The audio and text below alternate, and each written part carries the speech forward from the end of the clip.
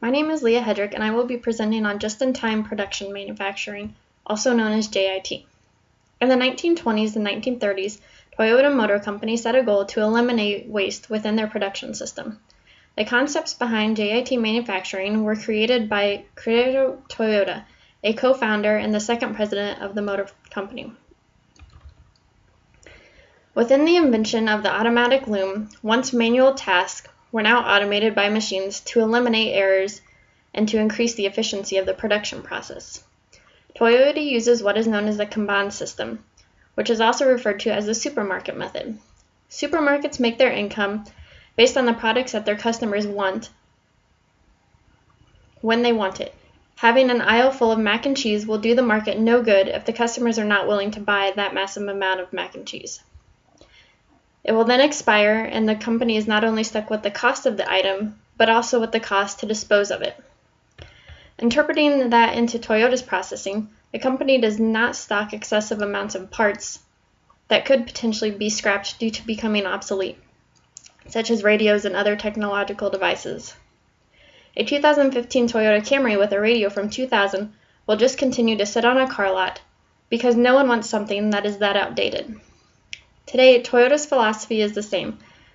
That philosophy is the complete elimination of all waste.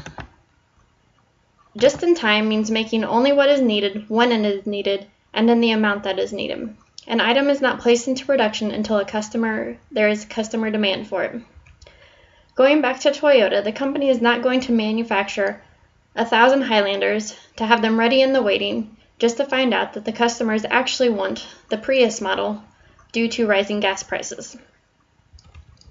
Gerald Zimmerman states that JIT products are pulled through the plant by customer orders rather than pushed through by a master production schedule.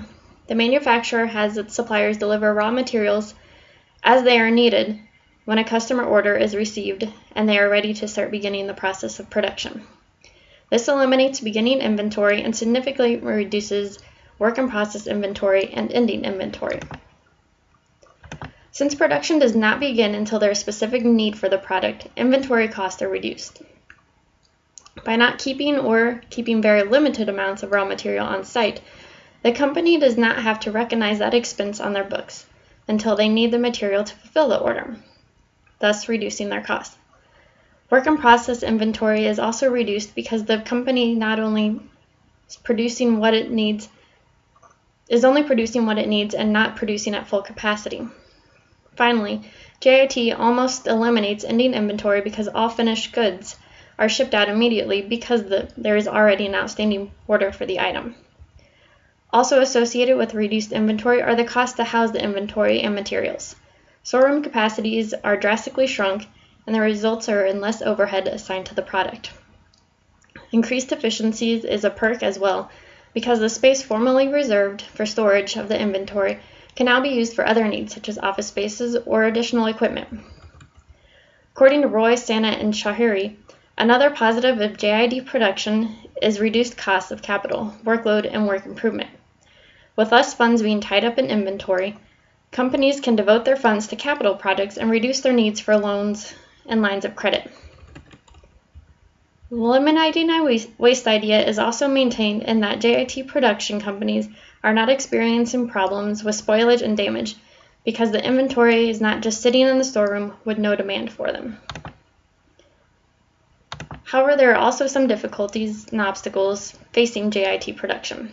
Changing to a JIT production system is not for everybody. The biggest obstacle can be whether the customers are demanding the product or willing to wait for the production. With our here and now mentality getting worse, a company has to make sure that its products and items that the people are willing to wait for. There is also a possibility of not being able to make deadlines because they're waiting on their suppliers to deliver their goods, and that can add to penalty cost or losing the customer altogether. Other downsides of JIT production is a dependence on their suppliers and the higher cost of rework items. By not having such raw material on site, the JIT production company is at the mercy of their suppliers. And rework also costs more because they're once again waiting for their suppliers to get the products that they need. Approaching its 100th year since the concept was first created, just-in-time production is ramping up. Spanning most of the automotive industry, JIT principles can be found in not only Toyota, but in Ford, Chrysler, Volkswagen, Volvo, Caterpillar, Lego, and Electrolux. While most have tried to replicate Toyota's model precisely to the finest detail, JIT principles should be adapted and then made to work within each company's individual specifications. JIT should be considered in highly volatile markets so that companies can reduce their likelihood of obsolete inventory by changing times and technology.